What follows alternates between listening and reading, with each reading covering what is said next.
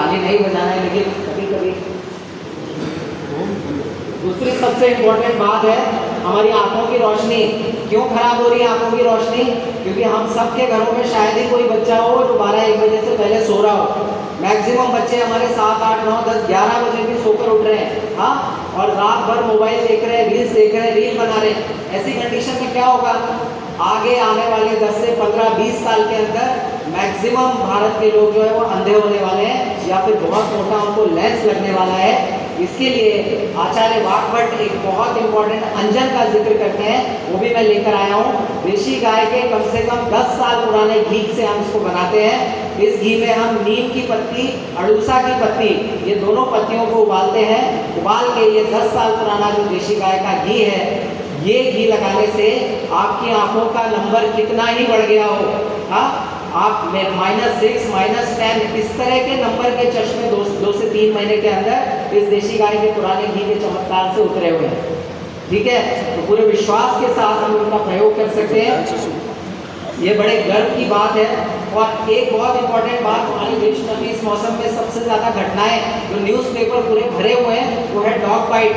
बहुत सारे लोगों को कुत्ते काट रहे हैं, देख रहे हैं ना, सुप्रीम कोर्ट तक पहुंच गई कुत्ते काटने की बात। कुत्ते काट लेते हैं अगर किसी को भी, और हमारे पास अगर हॉस्पिटल एकदम नियरेस्ट हॉस्पिटल नहीं है, रैबीज का खतरा है, ऐसे कंडीशन में आयुर्वेद में वो कहते हैं कुचले के बारे में। कुचला सुना है ना सबने? कुपीलू भी कहते हैं उसको, स्ट्रेकनेस नक्स भूमिका भी कहते हैं। कुचला आपको लेना है, देशी गाय के गोमूत्र में उसको घिसना है, जिसके जहाँ भी कुत्ते ने काटा है वहाँ पर उसका लेप लगाना है। लेप लगाने के बाद थोड़ी सी आंच में या गैस में उसको सुखा लीजिए। मैं आपको पूरे कमिटमेंट के साथ कह रहा हूँ कि वो लेप आपके हाथ से तभी निकलेगा जब पूरा का पूरा जो श्वान का विष है, कुत्ते का विष है, वो पूरा एब्जॉर्ब कर लेगा। गुप्त वैद्य प्रकाशिका आंध्र प्रदेश की एक बहुत इंपॉर्टेंट आयुर्वेद की प्रैक्टिशनर्स बुक है, उसमें इसका रेफरेंस है।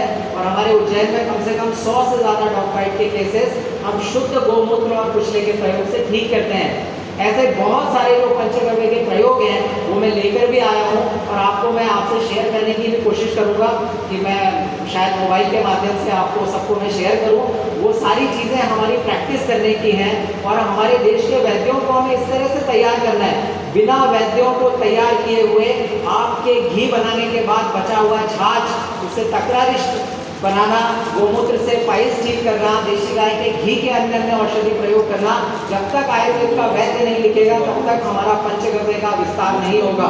मुझे बहुत खुशी है, अत्यंत हर्ष है, माननीय सुनील मानसिंघा जी बैठे हुए हैं। पूरे देश में मैं बहुत सारे वैद्यों के अलग अलग आयुर्वेदिक कॉलेजेस में जाता हूँ, और जिस कॉलेज में भी जाके मैं पंचगव्य की बात करता हूँ, मुझे हर कॉलेज में उत्तर से लेकर दक्षिण तक कम से कम 10 विद्यार्थी ऐसे मिलते हैं कॉलेज में जो कहते हैं कि हमने भी पंचगव्य के बारे में सुना है। एक बार हमारे कॉलेज में सुनील भाई साहब आए थे और उन्होंने बताया था, तो हम सब चाहते हैं कि हम पंचगव्य सीखें, पंचगव्य से जुड़ें और पंचगव्य की चिकित्सा करें। तो मुझे लगता है कि आप सब और हम सबको भाई साहब की तरह ही पूरे देश के बहुत सारे युवाओं के बीच जाके और आयुर्वेदिक कॉलेजेस में जाके पंचगव्य के बारे में बहुत सारी अच्छी अच्छी जानकारी से हमारे सोए हुए वैद्यों को